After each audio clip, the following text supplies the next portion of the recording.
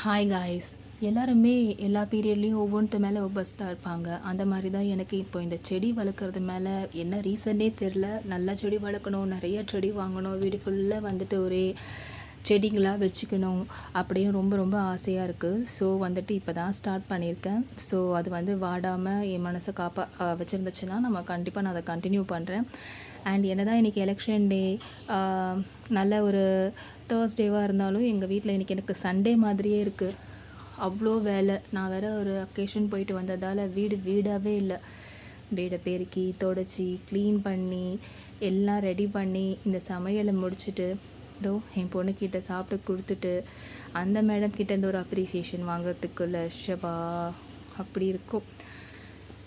And வந்துட்டு சும்மா சொல்லக்கூடாது, நான் தான் சமைச்சேன். ரொம்ப ரொம்ப டேஸ்ட்டாக இருந்துச்சு. சாப்பிட்லாம், பரவாயில்ல, நல்லாவே இருந்துச்சு. அண்ட் வந்துட்டு அவங்க அப்ரிசியேஷன் கொடுத்ததுக்கப்புறம் அண்ட் என்னால் வெயிட் பண்ண முடியல. அதுக்கு மேலே நான் வீடை ஏற கட்டுறதை ஸ்டாப் பண்ணிவிட்டு முதல்ல வந்துட்டு சரி நம்ம சாப்பிட்றலாம் அப்படின்னு சொல்லிட்டு சாப்பாட்டில் தட்டில் போட்டு நானும் ஃபுல்லாக சாப்பிட்டு முடிச்சிட்டேன். தேங்க்ஸ் ஃபார் வாட்சிங்.